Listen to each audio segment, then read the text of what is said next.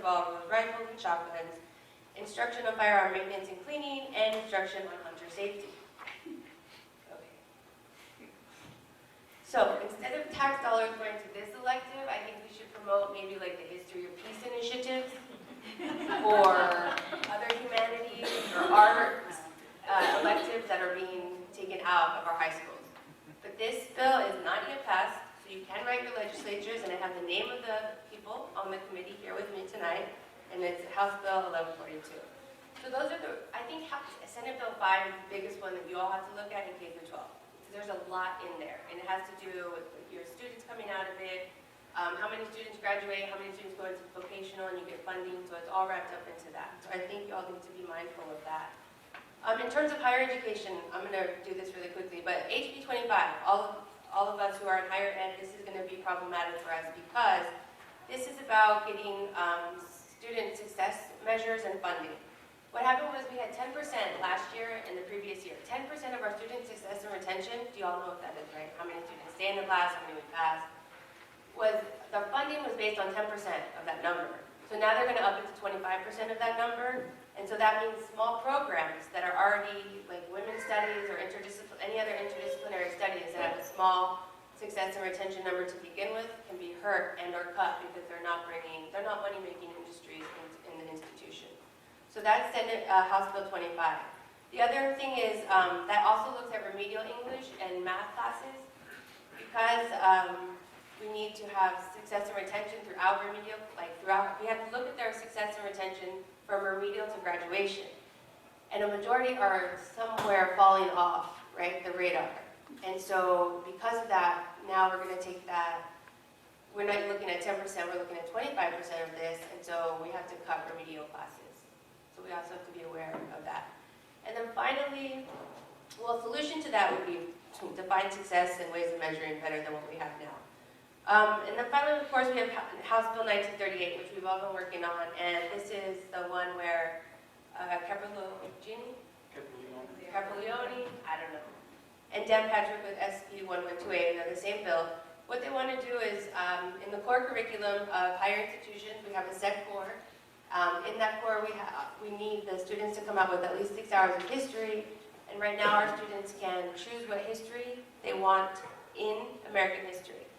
So they can take Mexican American History 1 or 2 or women's history or the state of Texas and what have you. So they have all of these different areas to choose from. But this bill says we don't want those specific topic classes anymore, right? The specialized history classes. Instead, we want a generalized, comprehensive survey course in history because students coming out of high school don't know history. Okay, but that might be a problem with the STAR test. So we might have to, I think this is actually a K through 12 argument, but what they're doing is because they have a generalized history, they're attacking us at higher education. And so I think we have to be really aware of what this can do because we sat in a hearing that was 5 hours long last week and they said, I don't know what the problem is, you all have interdisciplinary studies, it's all going to be fine, we're not taking away the class. You're not taking away the class, but you're making it an elective. And so when you make it an elective, the students who are in these fields of study, who are waiting to graduate with a Mexican American Studies degree or a Women's Studies degree, they have to take their 6 hours of history and then stay an extra semester, take the 2 hours of the elective history that they still need for that field of study. So they have more time and more money, and nobody wants to do that, right? It's like another hurdle for these students to have to go through. And so when they don't do that, and it's already hard enough to keep our programs alive and working collectively within all the disciplines, I think that what will happen is that the students will not have those fields of studies anymore, and instead they will, our programs will kind of diminish. And if our programs diminish, that means all the classes that we offer within these programs, these great, rich history classes or English classes, will then diminish because you need at least 18 students in each class for it to make every semester, right? If we only have 3 students in the whole program and those are the only 3 students that want to take the course, that course is not going to make. And slowly those courses will go away, which would be fine for Senator Patrick or Geo, that's what we're going to call him. So I think we have to be really aware of that. And this will take effect September 1st, 2013, but it will only affect the incoming freshmen in fall 2014. So I think that you can still write your legislatures on both of these two bills. They have not passed yet. But that's the higher ed, it's a different committee, so you can come and talk to me too about that. That's all I have to say. Sonia? Thank you.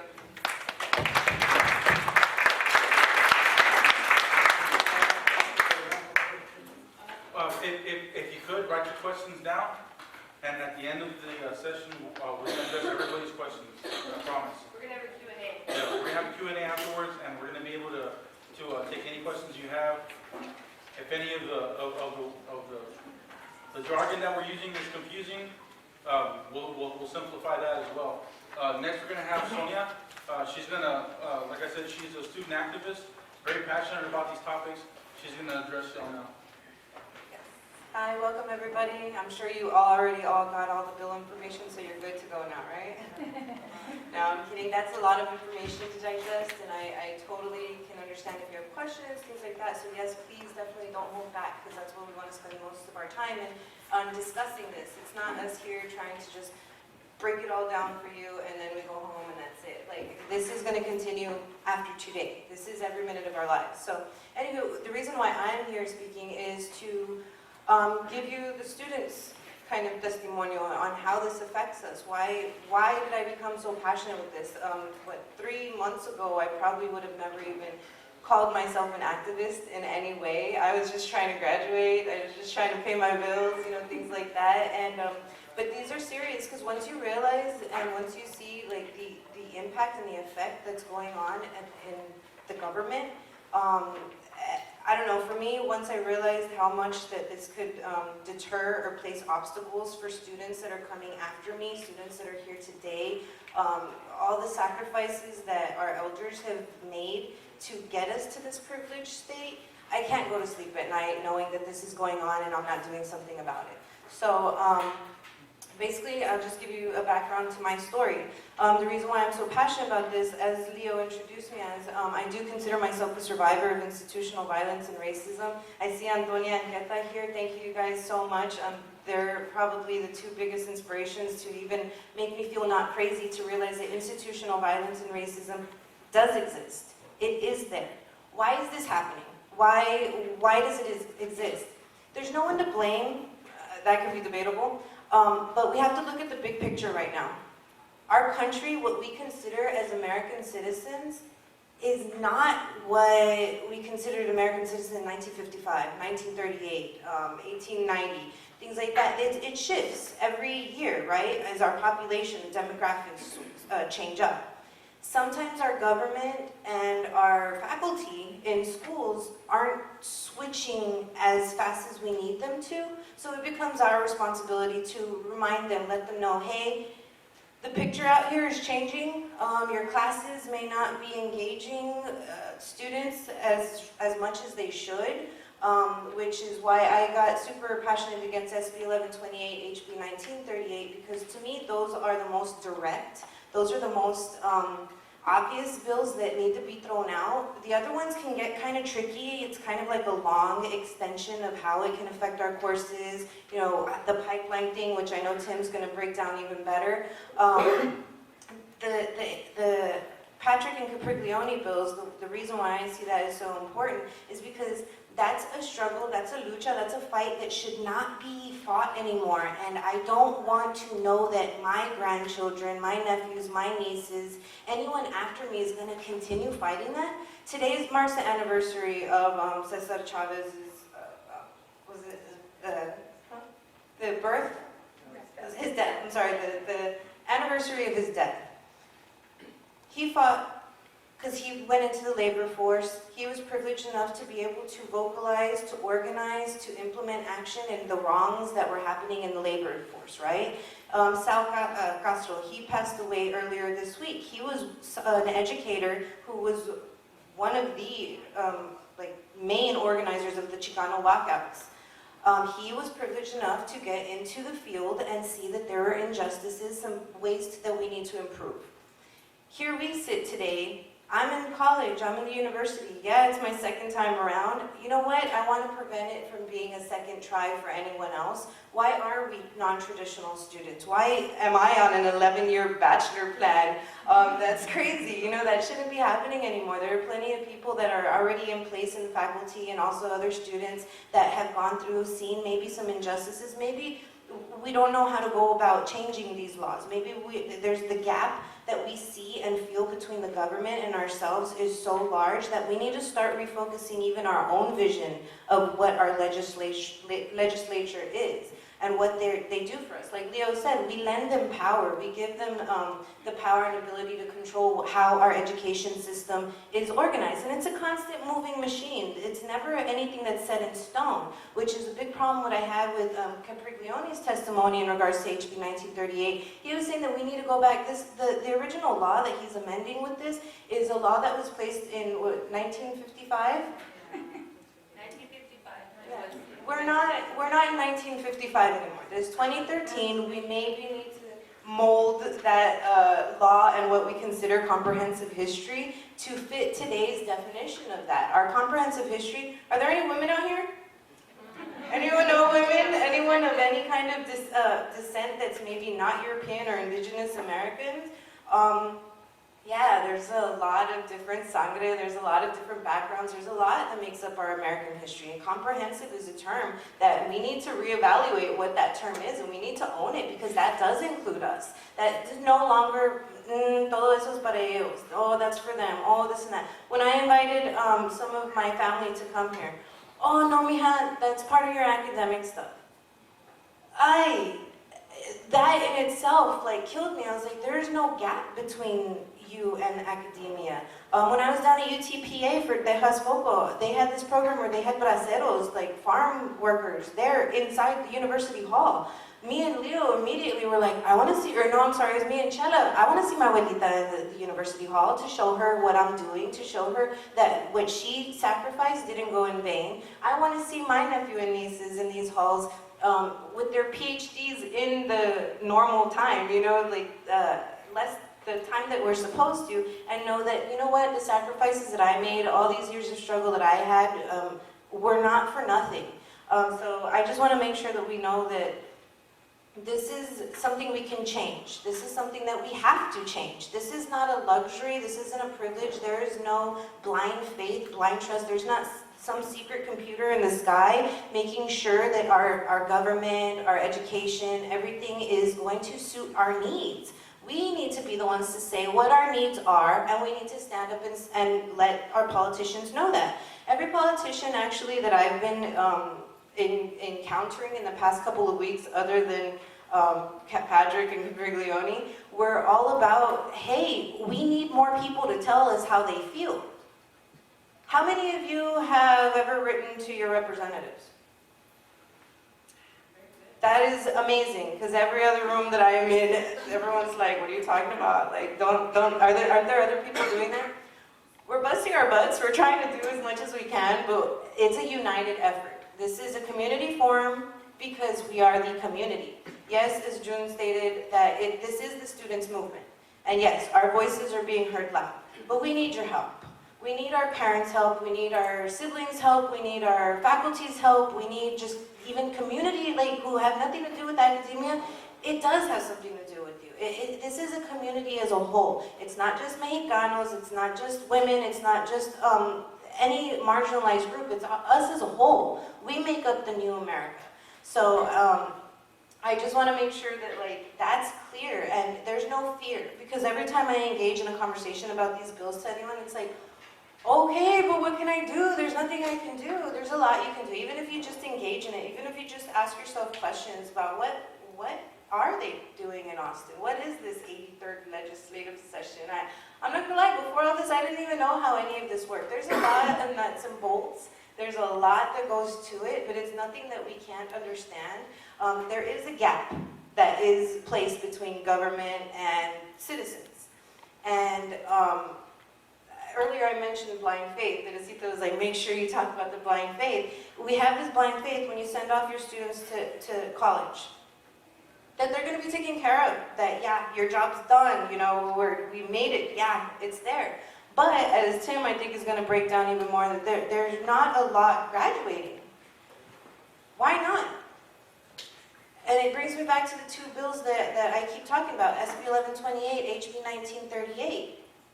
Those bills are crucial because if you take away the classes that a lot of people want to take, I never read more books in my life than I have in the past 3 semesters because I wanted to read them. In high school, I was forced to, right? Like, I mean, there's a lot of stuff like I don't want to read, and especially history, all these dates, all these names, all this stuff that I don't relate to, so I'm not really interested in it. So then once I found Mexican American Studies, I was like, wait a minute, this fascinates me. This makes me want to go to class. I was then in class, like, how are you like not engaging in this discussion? This is like really amazing discussion. Like, it totally changed my view of what education was and what the college experience should be.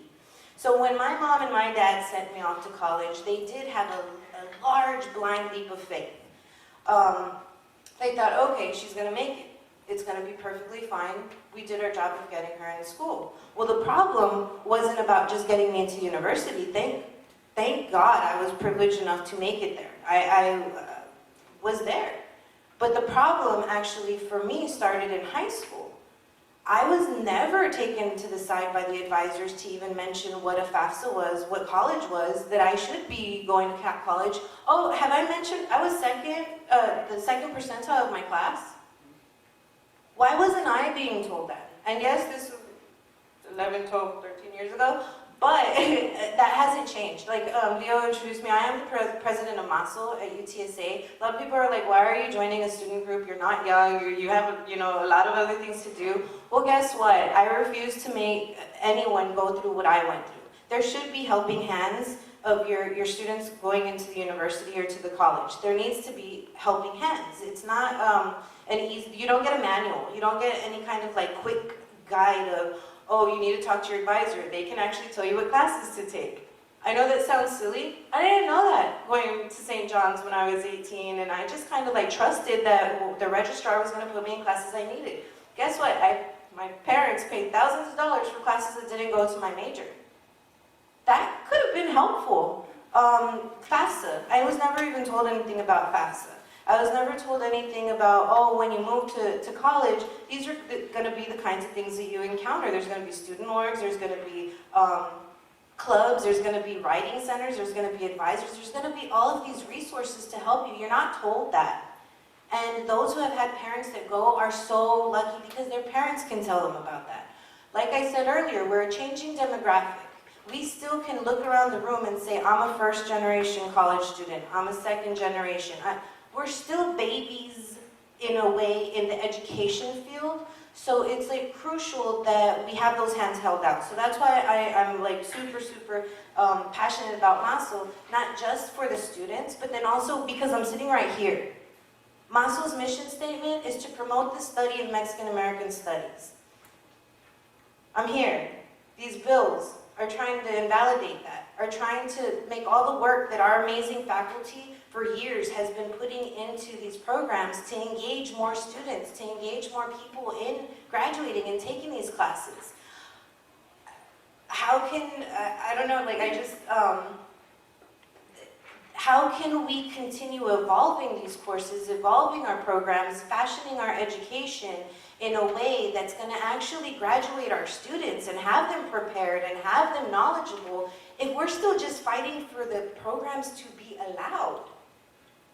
This should be ridiculous in your heads right now. Like, I don't know, like when I first learned about this, even me, I was like, well, that's not possible, not today. And that's that blind faith I keep going back to, because even my generation, or the generation after me, no, racism doesn't, exist anymore. No, oppression, marginalization, that's a thing of the past. That fought was fought. It was already won. Yeah, we're all equal. We're here on the even playing ground. No, we're not. I'm a student. I'm telling you, like, we're not. We're not an equal playing ground. Our faculty is not on an equal playing ground as every other, department. And I'm talking about MAS, Mexican American Studies. They're not. They have to fight through even more. Look at these bills to try and say that their classes don't even count for a degree requirement. That's insane. So if you can, please just engage in dialogue with anyone. If you are an educator, talk to people, ask them, okay, these STAR, it was TOS when I was in high school. They have so many names for them now. These standardized tests. Who's writing these standardized tests?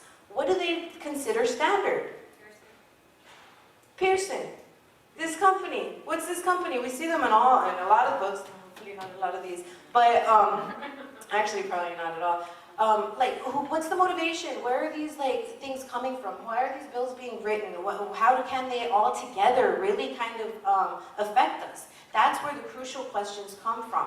Why would they want this to happen? What's the motivation? Tim's going to talk about where they would rather steer us. We're a country that relies on cheap labor, right? We have capitalism. Capitalism is not a bad word for some people. It is horrible for others. It depends on where you fall on that piece of the pie. But it's not a surprise that people of color are easier to push down.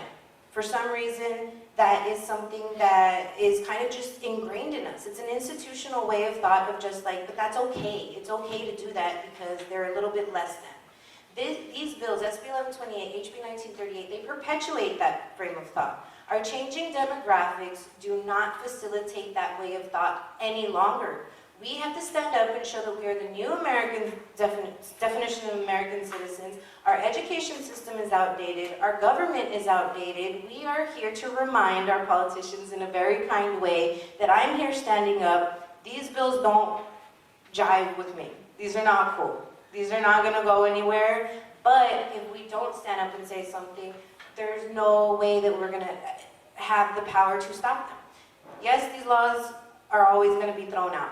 Out for debate and for votes and this and that. Not for long, though. Everyone keeps telling me, it's not going to be a problem anymore. Just wait for it. Yes, our demographic is switching. We are going to soon be more back in power in political seats and education, faculty, things like that. Yes, we can wait. But why? Why, in this gap, are we going to allow a lot more of our students to fall through the cracks? There's just no need. If we can make a stop now, now is the time. So just always keep in mind that there's no, like I said, fancy computer in the sky that you can entrust that when you're going to school, everything's going to be perfect and totally for your student or your child or yourself to become successful. That doesn't exist.